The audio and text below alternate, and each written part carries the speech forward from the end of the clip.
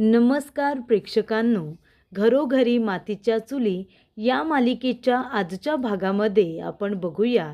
तर इथे प्रेक्षकांनो, सुमित्रा आता भयंकर चिडलेली असते. ती जानकीला म्हणत असते की काय ग, तुझ्यामुळे माझ्या मुलाने त्याचा जीव धोक्यात टाकला. तेव्हा इथे ऋषिकेश म्हणत असतो, आई प्लीज तू शांत हो. सुमित्रा म्हणते, का शांत होऊ मी? आणि ऋषिकेश, तुला काय गरज होती रे अशा मूर्ख आणि आगाऊ मुलीसाठी तुझा जीव धोक्यात घालायची? अरे ही मुलगी किती उद्धट आहे हे तुला माहिती नाही आहे का? अशा उद्धट मुलीसाठी तू स्वतःच्या जीवाची पर्वा केली नाहीस आणि त्या आगीमध्ये उडी मारलीस हिला वाचवण्यासाठी. तुझं हे वागणं मला अजिबात पटलेलं नाही आहे, कळलं का? तेव्हा इथे ऋषिकेश म्हणत असतो, आई आई प्लीज तू शांत हो, तू आधी बाहेर चल बरं. तेव्हा ऋषिकेश म्हणत असतो, आई हे बघ, तुला जे काही बोलायचं असेल ना, तू प्लीज मला बोल, पण तू जानकीला काही बोलू नकोस. हे बघ, ती अजिबात काहीही ऐकून घेण्याच्या किंवा बोलण्याच्या मनस्थितीत नाही आहे. तिला खूप जास्त त्रास होतोय. आणि खरं सांगू का आई, हे सगळं बोलण्याची ही वेळसुद्धा नाही आहे आणि जागासुद्धा नाही. तेव्हा सुमित्रा म्हणते, अच्छा, म्हणजे आता तू मला शिकवशील का कुठे काय बोलायचं आणि कुठे काय नाही? अरे ऋषिकेश, तुला कळत कसं नाही रे?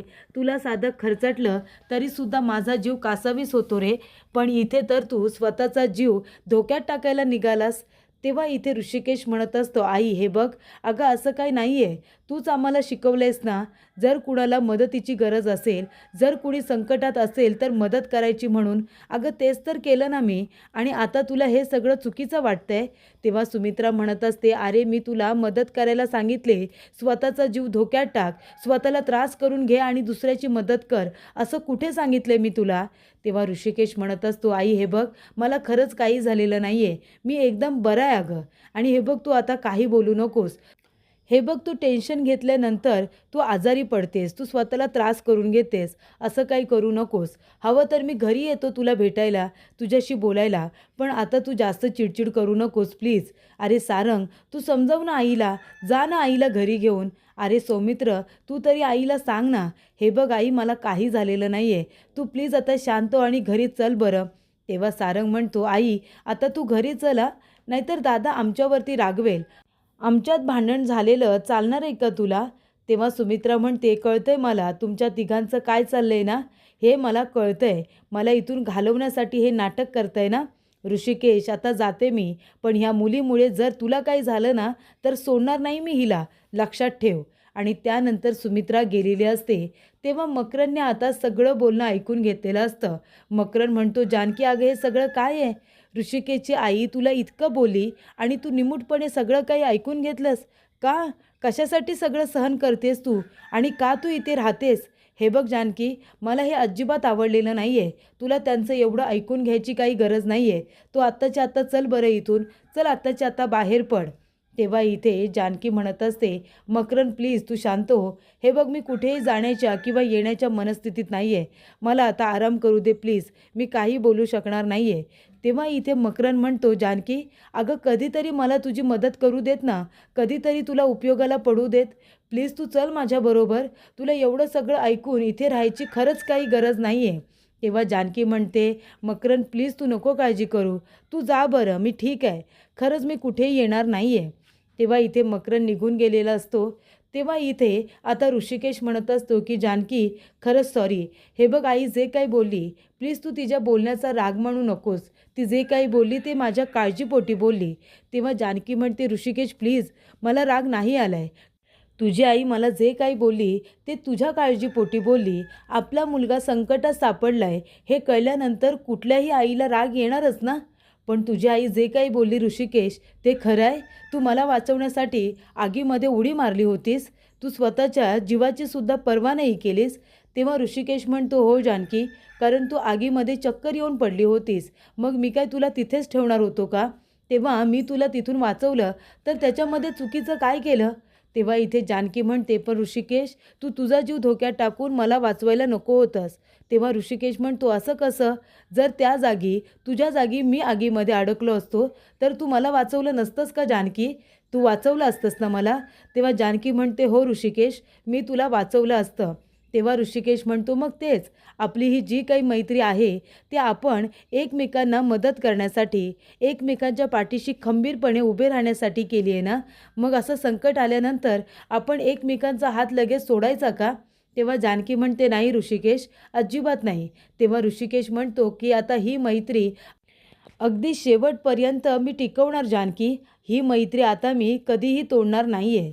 तेव्हा प्रेक्षकांनो, इथे आता जानकी म्हणत असते, अगदी बरोबर बोलतोयस तू.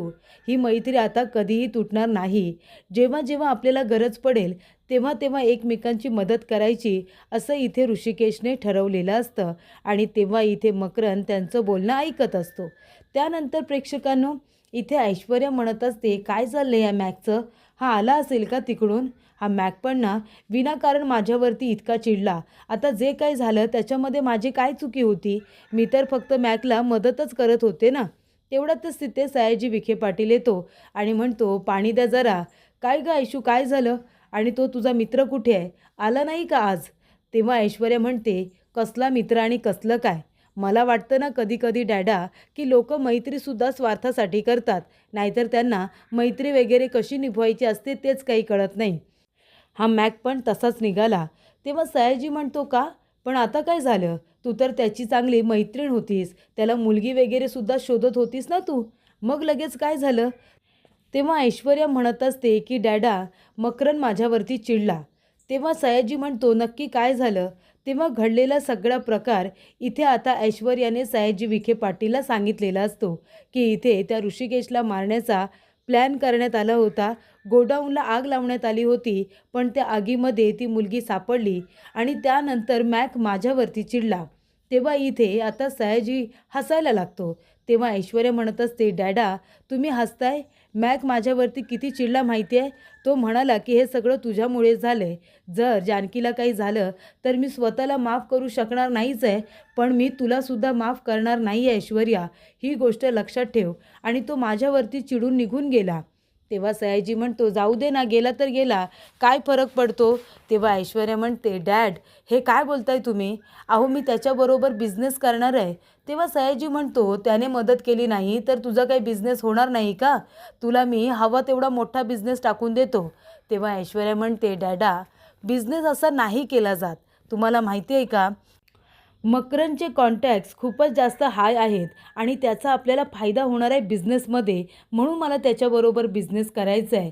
पण आता तो कधी घरी परत येतोय काय माहिती, असं आता ऐश्वर्या म्हणत असते. त्यानंतर प्रेक्षकांनो, सुमित्राला आपल्या मुलाची काळजी वाटत असते. सुमित्रा म्हणत असते, माझ्या ऋषिकेशचं काय होईल काय माहिती, त्या मुलीने फसवले माझ्या मुलाला.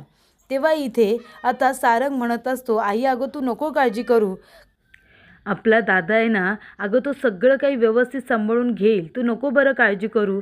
तेव्हा सुमित्रा म्हणत असते की मला खूप भीती वाटते ऋषिकेशची. म्हणजे आज तो ज्या पद्धतीने त्या मुलीची बाजू घेऊन बोलला ना, माझ्या मनामध्ये वेगळीच भीती आली. मी जो विचार करते तोच जर विचार ऋषिकेश करत असेल ना, तर मला लवकरात लवकर ऋषिकेशला त्या मुलीपासून दूर करायला हवं. ती मुलगी त्याच्यासाठी चांगली नाही आहे, योग्य नाही आहे. तेव्हा प्रेक्षकांनो, इथे आता सौमित्र म्हणत असतो की आई तू जरा जास्त विचार करतेस, असं काहीसुद्धा होणार नाही आहे. सारंग म्हणतो, नाहीतर काय, नाना म्हणतात ना ते बरोबर आहे, तू आहे ना पराचा कावळा करतेस, असं काही बोलू नकोस. तेव्हा प्रेक्षकांनो, तिथे आता नानासाहेब आलेले असतात. नाना म्हणतात, सुमित्रा अगं किती विचार करशील, ऋषिकेशने त्या मुलीची मदत केली आणि ते दोघेजण एकत्र राहत आहेत. ती मुलगी इतकी पण वाईट नसणार आहे, म्हणून तर ऋषिकेश तिच्याबरोबर राहतोय ना. मग तू का असा वाईट विचार करतेस? सगळं काही चांगलंच होईल असं का नाही म्हणत आहेस तू? तेव्हा सुमित्रा म्हणते, तुम्ही तर गप्पच बसा, तुम्ही काही बोलूच नका. हे सगळं तुमच्यामुळे झाले. तुम्ही माझ्या ऋषिकेशला घरातून बाहेर काढलत ना. तुम्ही जर त्याला घरातून बाहेर काढलं नसतं ना, तर त्याच्यावरती एवढं मोठं संकट आलंच नसतं. तेव्हा प्रेक्षकांनो, इथे आता नाना म्हणत असतात की आता याच्यामध्ये मी काय केलं? अगं माझा मुलगा सुधारावा, त्याने काहीतरी करावं, स्वतःच्या पायावरती उभा राहावा, एवढीच माझी इच्छा होती ना. तेव्हा सुमित्रा म्हणते, का हे एवढं सगळं घरामध्ये राहून करता आलं नसतं का? पण तुम्हाला घाई लागली होती ना त्याला घरातून बाहेर काढण्याची. माझा मुलगा आगीमध्ये गेला होता त्या मुलीला वाचवायला. जर त्याला काही झालं असतं तर तुम्हाला आनंदच झाला असता ना. आणि मग पुन्हा तुम्ही त्यालाच ब्लेम केलं असतं. तुम्ही म्हणाला असतात की हे सगळं ऋषिकेशमुळेच झालं आहे म्हणून. बरोबर ना? त्याच्यावरती आरोप करायला तुम्ही मोकळेच झाला असतात. तुम्हाला आनंद झाला असता ना. तेव्हा इथे नाना म्हणत असतात, "हे काय बोलतेस तू सुमित्रा? तो तुझ्या काळजाचा तुकडा आहे आणि माझ्या काळजाचा तुकडा नाही आहे तो. अगं ऋषिकेश, माझ्या काळजाचा तुकडाच आहे. मला त्याची खूप जास्त काळजीसुद्धा आहे. प्रत्येक वेळेला मी बोलून दाखवत नाही म्हणून मला माझ्या मुलाची काळजी नाही आहे असा त्याचा अर्थ होत नाही. प्रत्येक वेळेला मी ऐकून घेतो म्हणून वाटेल तसं बोलशील का? नेहमी तुलाच त्याची काळजी असते, मला नाही? जर तसं असेल तर मी उद्याच्या उद्या जातो आणि ऋषिकेशचे हात जोडून माफी मागतो आणि त्याला परत घरी घेऊन येतो. जर तसं असेल ना तर मी उद्यापासून कुठल्याच तुझ्या मुलाला काही बोलणार नाही आहे. पण एक गोष्ट लक्षात ठेव, मुलं वाया गेली, बापामुळे मुलं वाया गेली हा कलंक मला स्वतःवरती लावू घ्यायचा नाही आहे. मुलं कशी सुधारतील, त्यांना कसं वठणीवरती आणता येईल याचा विचार करणारे मी बाप आहे. पण तुला मी माझ्या मुलांना बोललेलं किंवा त्यांना चांगल्या मार्गावरती आणलेलं हे दिसतच नाही. नेहमी मला चुकीचं बोलत असतेस ना. मग ठीक आहे, तर उद्यापासून मी कुणाला काही बोलणार नाही आणि उद्याच जातो आणि ऋषिकेशचे हात जोडून माफी मागतो आणि त्याला परत घरी घेऊन येतो. मग तर चालेल ना? मग तर तुला चांगलं वाटेल?" असं आता नाना म्हणतात. नाना आता रागून तिथून निघून गेलेले असतात आणि सुमित्रा मात्र आता रडत बसलेली असते. त्यानंतर प्रेक्षकांनो ऋषिकेश येतो. जानकीला म्हणत असतो की जानकी, हे घे तुझ्यासाठी गरमागरम सूप, हे पी म्हणजे तुला बरं वाटेल. तेव्हा जानकी म्हणते, "thank you Rishikesh, thank you so much." तेव्हा इथे जानकी म्हणते, "ऋषिकेश सॉरी." तेव्हा ऋषिकेश म्हणतो, "कशासाठी?"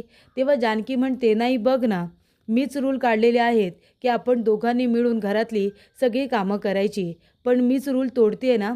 म्हणजे बघ ना, इथे आता तुलाच माझी सेवा करावी लागते आणि घरातली सगळी कामंसुद्धा तुलाच करावी लागत आहेत. त्यासाठी खरंच सॉरी." तेव्हा इथे ऋषिकेश म्हणत असतो, "हे बघ, सॉरी वगैरे म्हणायची गरज नाही आहे. तू काय हे सगळं मुद्दामून केलेलं नाही आहेस आणि बरं झाल्यानंतर ही बाकीची सगळी कामं तर तुलाच करायची आहेत, हो ना?" तेव्हा जानकी म्हणते, "हो, अगदी बरोबर, मी करेन ना." तेव्हा जानकी म्हणत असते, "ऋषिकेश, तुझी आई जे काही बोलली ना ते बरोबर बोलली. तू तुझा जीव धोक्यात घालून माझा जीव वाचवायला नको होतास." तेव्हा ऋषिकेश म्हणतो, "का? असं का बोलतेस तू?" तेव्हा जानकी म्हणते, "कारण ऋषिकेश, तुझ्या मागे तुझं अख्खं कुटुंब आहे. तुझे आई-वडील आहेत, तुझे भाऊ आहेत. त्यांना किती त्रास झाला असता जर तुला काही झालं असतं तर? तसं मला काही झालं असतं तर माझ्या पाठीमागे कुणीच नाही आहे. मी एकटी आहे. मला जरी काही झालं असतं ना किंवा मी मेले जरी असते तरीसुद्धा कुणाला काही फरक पडला नसता. तसं तुझं नाही आहे ऋषिकेश." तेव्हा ऋषिकेश म्हणतो, "जानकी अगं, असं का बोलतेस तू? हे बघ, मला काही झालेलं नाही आहे. मी एकदम ठणठणीत आहे, बरं आहे तुझ्यासमोर. मग तरीसुद्धा हे सगळं का बोलतेस? हां, आता हे सगळं घडलं त्यामुळे माझी नोकरी गेली. हे एवढं वाईट झालं आहे." तेव्हा जानकी म्हणते, "बघ, मी तुला म्हणाले होते ना, म्हणजे तू मला वाचवायला आलास आणि त्यामुळे तुझी नोकरी गेली." तेव्हा प्रेक्षकांनो, जानकी म्हणते, "ऋषिकेश, प्रत्येक वेळेला माझ्यामुळे काही ना काहीतरी प्रॉब्लेम होतो." तेव्हा ऋषिकेश म्हणतो, "तू असं का बोलतेस? प्रत्येक गोष्टीसाठी तू स्वतःला ब्लेम का देतेस? हे बघ, तुझ्यामुळे काहीही झालेलं नाही आहे. तू तिथे नसती गेलीस आणि जरी आग लागली असती तरीसुद्धा नुकसान हे होणारच होतं ना." तेव्हा प्रेक्षकांनो, इथे आता ऋषिकेश म्हणत असतो की "हे बघ जानकी, तू आता कसलाही विचार करू नकोस. तू एक काम कर, तू हे सूप पिऊन घे आणि गोळ्या घे आणि शांतपणे झोप बरं. आता मी पण जातोय, मला पण खूप झोप आली. मी सुद्धा खूप थकलोय आज." तेव्हा इथे ऋषिकेश झोपायला जात असताना जानकी म्हणते, "थांब ऋषिकेश." तेव्हा ऋषिकेश म्हणतो, "आता काय जानकी? हे बघ, जे काही बोलायचं आहे आपण उद्या बोलू. आता मला झोपू देत." तेव्हा जानकी म्हणते, "ऋषिकेश, तू प्लीज बाहेर जाऊ नकोस." तेव्हा ऋषिकेश म्हणतो, "का? आता काय झालं?" तेव्हा जानकी म्हणते, "कारण तू आता बाहेर झोपायचं नाहीस. तू इथे आतमध्येच झोप." तेव्हा ऋषिकेश म्हणतो, "काय? बरी आहेस ना तू? ताप वगैरे आलेला नाही आहे ना तुला? गोळ्यांचा मेंदूवरती उलटा परिणाम झाला नाही आहे ना? तू मला आतमध्ये झोपायला सांगतेस?" तेव्हा इथे जानकी म्हणते, "हो ऋषिकेश, मीच तुला आतमध्ये झोपायला सांगते." तेव्हा ऋषिकेश म्हणतो, "जानकी गप्प बस, तू काही बोलू नकोस. मी जातो आता बाहेर झोपायला. तू मस्करी करतेस का माझी?" तेव्हा जानकी म्हणत असते, "हे बघ ऋषिकेश, आधी मी तुला आतमध्ये झोपू दिलं नाही कारण मी तुझ्याबरोबर कम्फर्टेबल नव्हते. पण आता मला कळलंय तू माणूस म्हणून किती चांगला आहेस ते. अरे, तुझ्यावरती विश्वास नाही ठेवला तर मी कुणावरतीही विश्वास ठेवू शकणार नाही. अरे, तुझ्यासारखा माणूस शोधूनसुद्धा सापडणार नाही, इतका चांगला आहेस तू. त्यामुळे तू आता बाहेर झोपायला जाऊ नकोस. तू इथे झोपू शकतोस." तेव्हा इथे ऋषिकेश म्हणत असतो, नाही जानकी, मी आतमध्ये नाही झोपू शकणार. हे बघ, उलट लोक काहीही बोलतील, मला लोकांना बोलण्याचा वाव द्यायचा नाही आहे. उगाच इथे तुला नावं बोटं ठेवतील आणि मला ते चालणार नाही. तेव्हा जानकी म्हणते, ऋषिकेश, अरे लोक आहेत, ती लोक बोलणारच. किती लोकांच्या तोंडावरती आपण हात ठेवणार आहोत. पण एक गोष्ट लक्षात ठेव ऋषिकेश, माझा तुझ्यावरती आता पूर्ण विश्वास आहे. मला माहिती आहे तू माणूस म्हणून किती चांगला आहेस. जो माणूस स्वतःचा जीव धोक्यात टाकून माझा जीव वाचवू शकतो, जो मला वाचवण्यासाठी स्वतःच्या जीवाची पर्वा करत नाही, त्या माणसावरती मी विश्वास ठेवू शकत नाही. हे बघ, मला तुझ्यावरती विश्वास ठेवायचा आहे आणि हा विश्वास कायम राहण्यासाठी तू सुद्धा माझ्यावरती विश्वास ठेव. तेव्हा प्रेक्षकांनो, जानकी म्हणत असते, या विश्वासाला मला ढळू द्यायचं नाही आहे ऋषिकेश. तेव्हा तू आतमध्ये झोप. आणि तसंही आता हिवाळा सुरू झाला आहे, तुला खूप जास्त थंडीसुद्धा वाजेल, आजारी पडशील तू आतमध्ये इथे झोपू शकतोस. तेव्हा इथे ऋषिकेश म्हणतो, ठीक आहे, मी आतमध्ये झोपायला तयार आहे, पण माझी एक अट आहे. तेव्हा जानकी म्हणते, काय आहे अट? तेव्हा ऋषिकेश म्हणतो, मी वरती खाटेवरती झोपणार आणि तू खाली झोपायचं, चालेल? तेव्हा इथे आता जानकी काहीच बोलत नाही, ती गप्प बसलेली असते. तेव्हा ऋषिकेश हसायला लागतो आणि म्हणतो, जानकी, अगं काय चेहरा झालाय तुझा, अगं मस्करी केली मी, लगेच सिरियस झालीस का तू? मी इथे खालीच झोपणार आहे, तू वरती झोप. आणि तेव्हा प्रेक्षकांनो, जानकीसुद्धा हसायला लागते, कारण ऋषिकेश म्हणतो, मी गंमत केली आणि तू लगेच सिरियस झालीस. तेव्हा प्रेक्षकांनो, जानकी आणि ऋषिकेश यांनी आता एकमेकांवरती विश्वास टाकलेला असतो. तर इथे मकरनची अवस्था बिकट झालेली असते.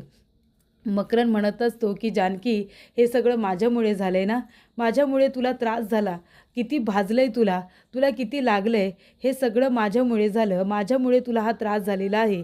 मी स्वतःला कधीच माफ करणार नाही आहे जानकी, कधीच माफ करणार नाही आहे. पण जानकी, मी तुला आणि त्या ऋषिकेशला एकत्रसुद्धा नाही बघू शकत. तुम्हाला दोघांना एकत्र बघून मला किती त्रास होतो हे मी तुला नाही सांगू शकत. प्लीज जानकी, काहीही झालं तरीसुद्धा त्या ऋषिकेश बरोबर मी तुला राहू देणार नाही. तू कधीच ऋषिकेशची नाही होणार जानकी, तू या मकरनची होशील, मकरनची. आणि तुला जो काही त्रास झाला ना, ते बघून माझ्या मनाला किती त्रास झाला आहे ना, हे मी तुला शब्दातसुद्धा सांगू शकत नाही.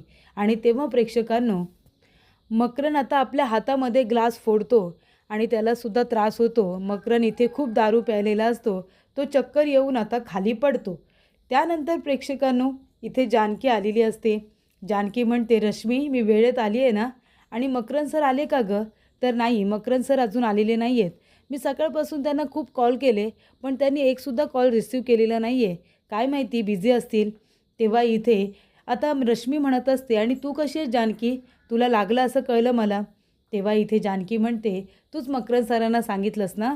तेव्हा इथे रश्मी म्हणते, नाही, उलट मकरन सरांनीच मला फोन करून सांगितलं की तू गोडाऊनमध्ये फसली होतीस म्हणून आणि तुला खूप लागलं आहे. त्यांच्याकडून मला कळलं, ते सुद्धा आत्ता. तेव्हा प्रेक्षकांनो, इथे आता जानकी म्हणत असते, पण मकरन सर म्हणाले की तू त्यांना सांगितलंस की मी गोडाऊनमध्ये अडकले होते, असं मकरन सर मला म्हणाले. रश्मी म्हणते, मला कसं माहिती असणार, मला तर मकरन सरांनी सांगितलं काल, तेव्हा मला कळलं. तेव्हा प्रेक्षकांनो, जानकी म्हणत असते की जर रश्मीने मकरनला सांगितलेलं नाही आहे की मी गोडाऊनमध्ये फसले होते, मग मकरनला कसं काय कळलं की मी गोडाऊनमध्ये होते ते, आणि तो मला असं का म्हणाला की त्याला रश्मीने हे सगळं सांगितलं. तेव्हा प्रेक्षकांनो, इथे आता जानकीला प्रश्न पडलेला असतो की मी गोडाऊनमध्ये गेले होते आणि मी फसले, ही गोष्ट मकरनला कशी काय कळली. त्यानंतर प्रेक्षकांनो, पुढील भागामध्ये इथे आता पाटील साहेब आलेले असतात. ते म्हणत असतात, नानासाहेब, काल गोडाऊनला आग लागली, सगळा माळ जळला हो, साहेबाचा फोन आला होता, 25 लाखाचं नुकसान झालं आहे आणि हे सगळं ऋषिकेशमुळे झालं आहे असं मला वाटतं. तेव्हा इथे नाना ऋषिकेशला बोलायला गेलेले असतात. तेव्हा इथे ऋषिकेश म्हणत असतो, अच्छा, म्हणजे माझी काही चूक नसताना याचासुद्धा आरोप माझ्यावरती झाला आहे का, की माझ्यामुळे हे सगळं नुकसान झालं आहे म्हणून. ठीक आहे नाना, मी हे नुकसान भरपाई द्यायला तयार आहे. पाटील साहेब, तुम्हाला असंच वाटतंय ना की हे सगळं माझ्यामुळे झाले, मग मी तुमचे 25 लाख रुपये भरून देईन, मला तुम्ही वेळ द्या. तेव्हा प्रेक्षकांनो, जानकी आता मकरनच्या रूममध्ये गेलेली असते, त्याच्या केबिनमध्ये, आणि इथे ड्रॉवरमधून ती फाईल काढते. त्या फाईलमध्ये असलेला जानकीचा फोटो खाली पडलेला असतो आणि तो फोटो बघितल्यानंतर जानकी तो उचलते, तर त्याच्यावरती आय लव्ह यू असं लिहिलेलं असतं. तेव्हा जानकी म्हणत असते की इथे माझा फोटो काय करतोय मकरनच्या केबिनमध्ये, आणि त्याच्यावरती आय लव्ह यू जानू असं का लिहिलं आहे. तेव्हा प्रेक्षकांनो इथे आता जानकी घाबरलेली असते. मकरंदच्या मनामध्ये नक्की तिच्याबद्दल काय आहे हे आता जानकीला कळलेलं असतं आणि त्यामुळे जानकीला खूप मोठा धक्का बसतो.